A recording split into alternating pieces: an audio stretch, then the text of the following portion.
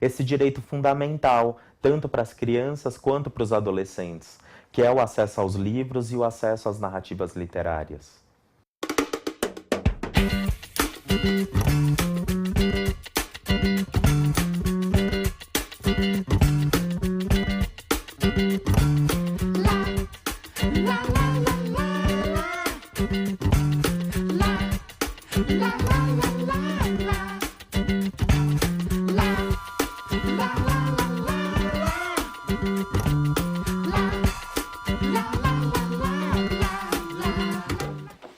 Pessoal, agora nós vamos fazer assim.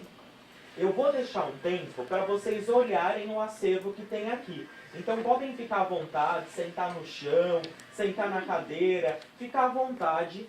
Vocês podem olhar os livros e aí depois eu vou pedir para vocês escolherem um livro, que a ideia é a gente formar grupos para vocês compartilharem, lerem para o amigo o livro que vocês escolheram. Tudo bem? Então vamos lá olhar os livros? Depois para apresentar, pode ir.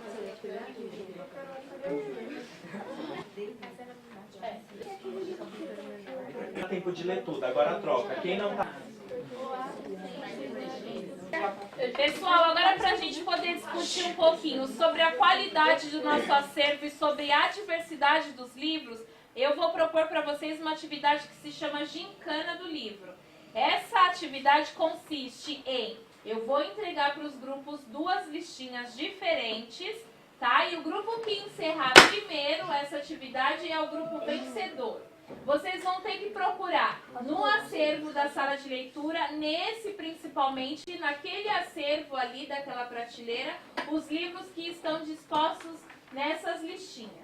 Tá bom? Então, nesse grupo, vocês vão ter que eleger uma pessoa que vai ser o comandante, que vai dizer quais são os livros que vocês vão ter que pesquisar e pegar, e o restante do grupo é o grupo que são as pessoas que vão pegar os livros, tá bom? Nesse grupo, a mesma coisa. Uma pessoa comanda e as outras vão buscar, tá bom? Quem é que vai comandar aqui? O João? E nesse grupo aqui? Então, vamos lá. Eu vou contar até 3. Você tem que falar. Tem que falar? Aqui, sempre. Livro de poesia. Vamos lá. Livro grosso. Você quer falar um livro grosso? Exatamente. Ó, o João levantou a dúvida. Um livro grosso. Aqui está escrito livro grosso. Então o grupo do João vai ter que ir correndo pegar o livro mais grosso que ele vê pra frente e trazer pro grupo. É, um só. Tá? Pode ser daquela de... Não, dessa aqui e deste acervo aqui.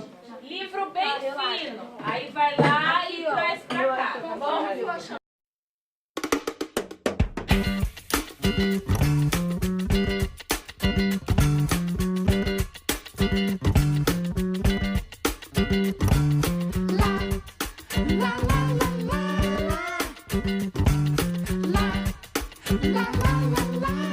Pessoal, para a gente continuar pensando sobre a atividade do acervo, eu vou entregar 2 casos, um para cada grupo, e vocês vão ler o caso e vão resolver esse problema. Aqui são casos para vocês pensarem sobre o tipo de acervo que vocês levariam para essas situações. Então, cada grupo vai ter que discutir e pensar o tipo de acervo que levaria, ok? O de vocês é esse, o de vocês é esse.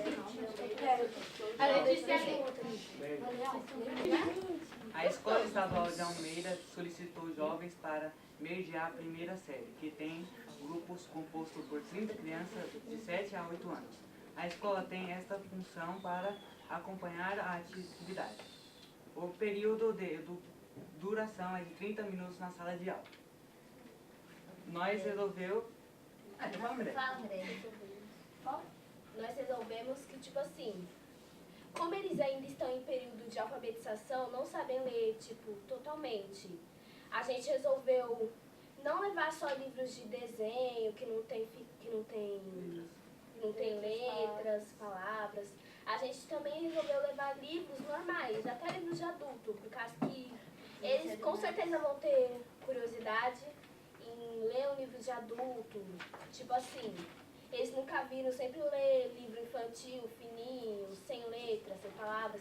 E a gente resolveu que a gente ia levar só livros de adulto e livros de crianças, tanto faz, se eles tiverem curiosidade.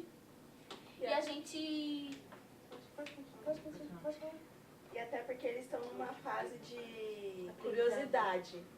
Então seria legal levar coisas para eles novas para eles conhecerem, ficarem mais... Que tipo de livros que nós levamos para mediação de leitura? O que eu fiz para ir problematizar? Eu peguei vários suportes da escrita, vários tipos de livros, e a ideia é que vocês possam pensar quais desses livros que nós levaríamos para mediação de leitura para ler para as crianças. Então, quem é que tem uma ideia?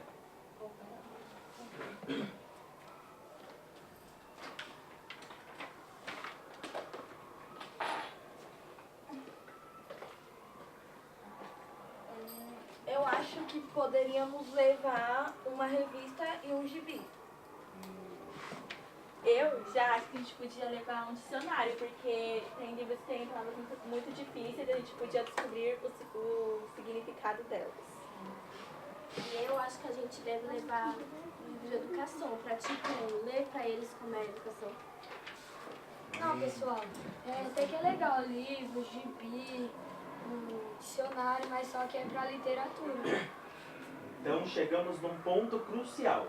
Esse trabalho é só com literatura, mas a gente vai pensar um pouco melhor sobre por que literatura. Quando nós escolhemos os livros para ação de mediação de leitura, primeiro a gente tem que partir de um ponto principal, que é o trabalho com literatura. Então nós escolhemos apenas textos literários para situações de mediação de leitura. Isso não quer dizer que gibis, revistas, jornais, outros suportes da escrita não tenham seu valor. Apenas no enfoque do projeto Adolescer, o trabalho está consolidado na ação de textos e narrativas literárias. Dentro dessa escolha dos livros, a gente pode partir de alguns pontos. Um deles é sempre a gente pensar na diversidade. Então, poder escolher livros que sejam de diversos formatos, de diversos autores, ilustradores, editoras, e que tenha garantido uma variedade para que a criança que tem acesso aos livros possa compreender aquilo que existe dentro do mercado editorial e o que ele oferece. Além do ponto de diversidade, algo que a gente também pode pensar em relação ao acervo é a qualidade. Então, o que a gente escolhe dentro dos livros são textos que possam, aí, em sua maioria, promover e criar mais impacto com os seus leitores, com seus ouvintes. Então, poder olhar para as imagens, olhar o que o texto escrito diz, imaginar o quanto que aquelas palavras podem remeter a significados diferentes na visão daquele que está escutando a narrativa, a gente entende que qualidade são livros, são narrativas que possam ampliar e potencializar a visão de mundo que aquela criança tem. Um outro aspecto importante é que dentro desse trabalho, além do acesso à narrativa, nós também estamos garantindo o acesso ao livro literário. Então, diante disso, a gente nunca escolhe poucos livros para oferecer para as crianças. A gente sempre leva uma quantidade maior para que elas possam, na medida que elas estão escutando uma história, observar que tem outros livros que estão naquela situação, que eles também têm suas histórias para contar, têm suas imagens para contemplar. Então, necessariamente, quando a gente olha para o trabalho de mediação, olhar para a quantidade é a gente sempre imaginar que pelo menos 2 livros, no mínimo, para cada criança. E o máximo que a gente puder oferecer. Esse acervo não precisa ser um acervo fixo, ele pode ser trocado na medida que a gente tem aí contato com as crianças, uma frequência e uma permanência de situações de mediação de leitura, esse acervo pode ser trocado. Então, a gente sempre pode partir de 3 pressupostos, né? A qualidade do livro, a diversidade dele e a quantidade. Então, se todos os mediadores puderem pensar, enquanto estiverem lá escolhendo os livros para oferecer para as crianças, se puder ter esses 3 pontos como referenciais, acredito que o acervo sempre vai ficar rico.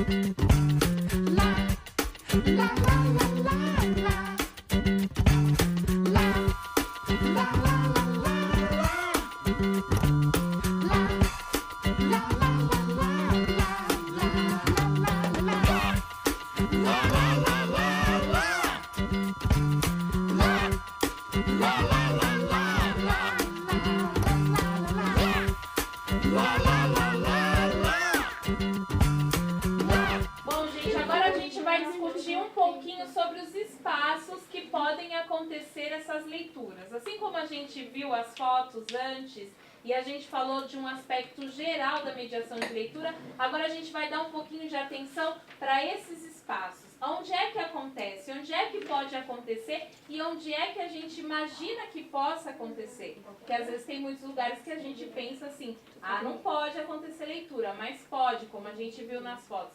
Então eu vou distribuir um pouquinho de fotos novamente para o grupo. O grupo vai olhar esses espaços e a gente vai tentar olhar especificamente os lugares. Os lugares, como é que eles são, se eles são no mato, se eles são num parque, se eles são em casa, tá bom? Então eu vou distribuir novamente as fotos para vocês. Bom, gente, agora que vocês já olharam as imagens, já viram as fotos, eu quero que vocês falem um pouquinho sobre esses espaços como a gente tinha combinado. Mirelle.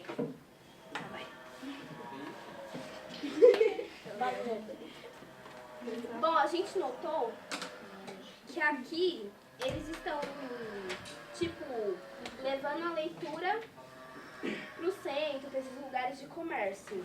E aqui, pela cara da mulher, ela deve ter gostado, né? Como ela tá com um sorriso no rosto.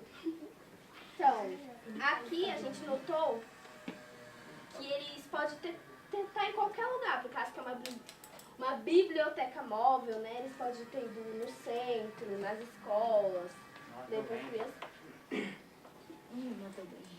E aqui dá a impressão que é uma escola, né? Por causa que tem um adulto explicando para crianças que não sabem ler. Então, tanto faz, né?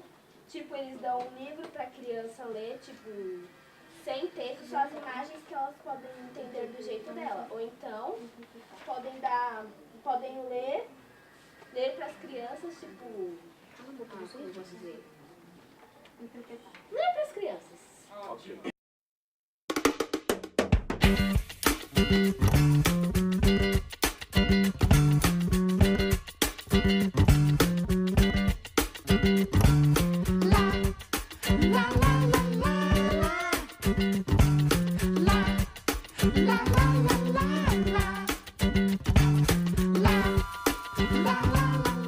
Pessoal, para a gente pensar um pouco sobre as histórias e também lembrar de coisas importantes da nossa vida, nós criamos aqui um panorama com informações do mundo da leitura, que são importantes, desde 1931 até 2014. 2014 é quando a gente começa o projeto Adolescer. Então, qual é a proposta? Vocês vão olhar todas essas informações e vocês vão escolher uma informação, uma situação da vida de vocês que foi muito importante. Aí nós vamos entregar um papel para vocês colocarem o ano e essa informação importante. E a ideia é que vocês possam aqui alimentar com as informações de vocês o nosso panorama. Mas antes, vamos ficar de pé e dar uma olhada nessas informações? Podem vir aqui para ler, ó. Só deem uma olhada.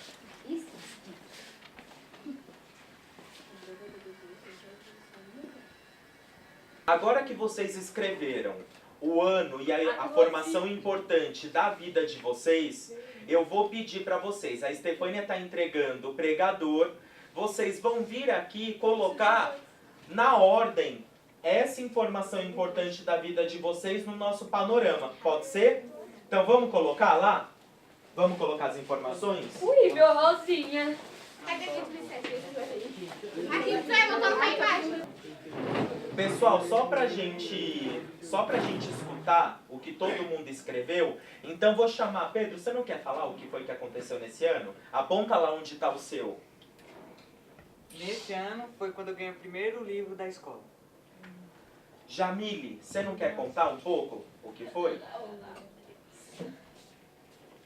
Em 2013 é o ano que eu entrei no clube de leitura e na monitoria e entrei na escola MF Professor Carlos Correia Mascaro.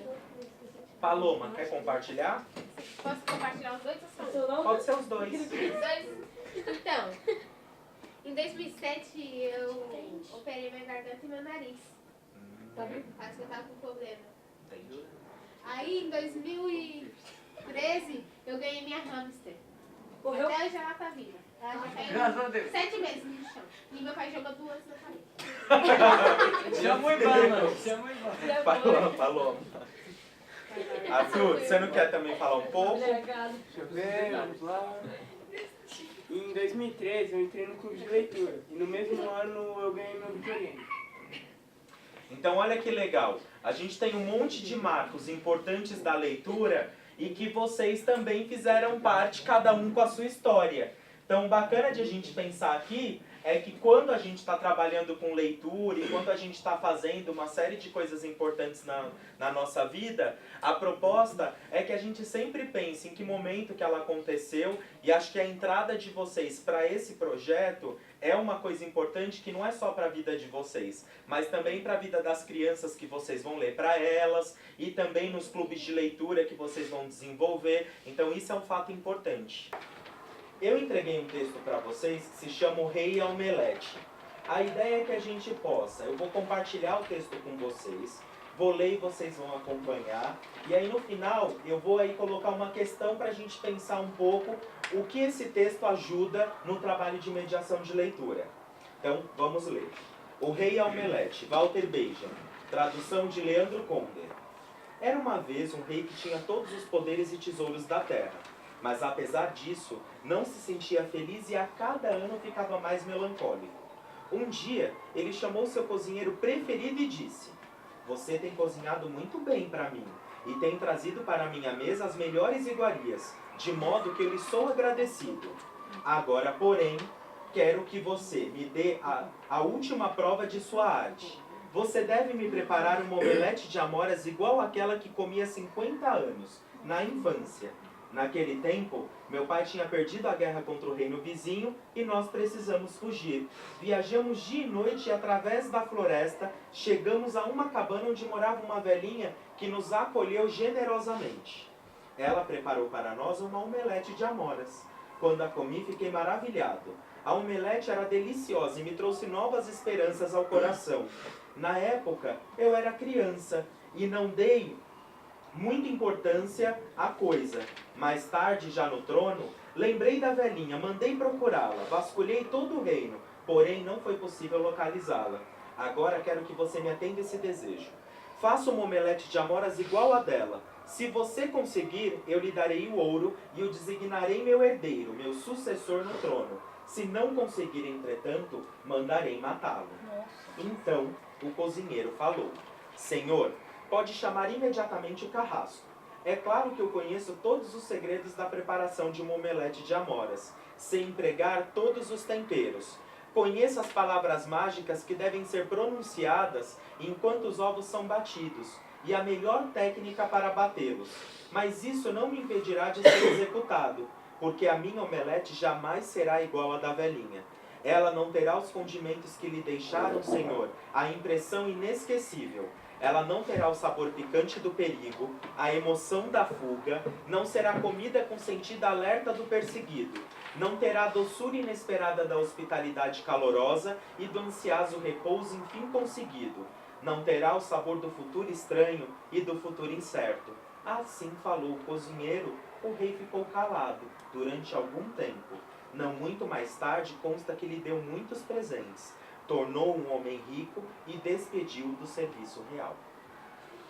O que nós vamos fazer agora? A ideia é que a gente possa compartilhar quais foram as lembranças que vieram na cabeça de vocês enquanto eu estava lendo o texto. Então a ideia é todo mundo poder falar o que pensou enquanto eu estava lendo.